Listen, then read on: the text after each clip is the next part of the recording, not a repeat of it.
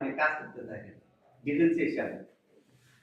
আপনারা হয়তো দেখেছেন যে ইরানে ইয়ার সাথে ইসরায়েলের সাথে যে যুদ্ধ হয়েছিল, যে ইরানে যে মিসাইল গুলো মারছিল, ইয়ার আয়রন ডোম দিয়ে কিছু কিছু মিসাইলকে ধ্বংস করা শুরু করে। এবং ইরান চিন্তা করলো যে এই আয়রন ডোমকে যাতে ফাঁকিতে যাইতে পারে, তো তখন এরা অন্য ব্যতিক্রম মিসাইল ব্যবহার করছে যাতে আয়রন ডোম এটাকে ধরতে না পারে, এত স্পিড ক্লাস্টার মিসাইল ব্যবহার করছে।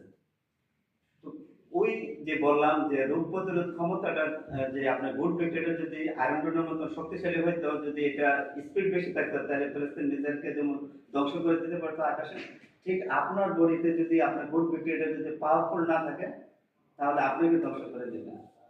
তো আলহামদুলিল্লাহ আমরা যদি জিএসএল এর প্রোডাক্টগুলো, যেগুলো প্রোডাক্ট আছে এখানে, মনে হয় 80টা 85টা প্রোডাক্ট আছে, মালয়েশিয়াতে শুনলাম 350 প্রোডাক্ট আছে। তো এগুলো প্রোডাক্ট আমাদের কন্টিনিউ ব্যবহার করতে হবে, তারপরে আমাদের সুস্থ থাকতে হবে। দেখেন আমি একটা কথা বলি যে আমাদের দেশে যে ইয়ে আছে, পাইপ লাইন আছে, যে পানি ব্যবহার করি বেসিং এর, যারা স্টিলের পাইপ আছে বেসিং এর মধ্যে, দেখবেন যে এই পাইপে যখন পানি আসে,